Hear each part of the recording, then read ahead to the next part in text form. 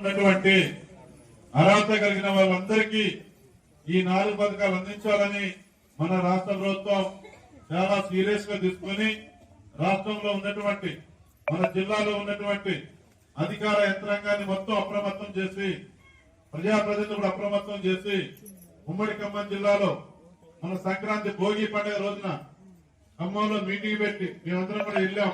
5 మంత్రులు హాజరైనారు. చాలా సీరియస్ గా చెప్పినారు. రాజకీయాలకు అతీతంగా, కులాలకు అతీతంగా, మతాలకు అతీతంగా, ప్రాంతాలకు అతీతంగా, కులాలకు అతీతంగా పేదవాడే కాదా, అర్హత ఉందా లేదా, కోటేశ్వరుడికి డబ్బులున్నోడికి ఈ పథకాలు వెళ్ళవు, ధనవంతులకు వెళ్ళవు, ఉద్యోగాలు ఉన్న వాళ్ళకి వెళ్ళవు, రెక్కల మీద బతికే వాళ్ళు, సెంటు భూమి లేని వాళ్ళు, అటువంటి వాళ్ళకి పథకాలు ఇందిరమ్మ ఇల్లు ఇవ్వడం జరుగుతుంది. ఆ లిస్టు కూడా ఇప్పుడు ఇందిరమ్మ ఇల్లు ఈ గ్రామ సభలోనే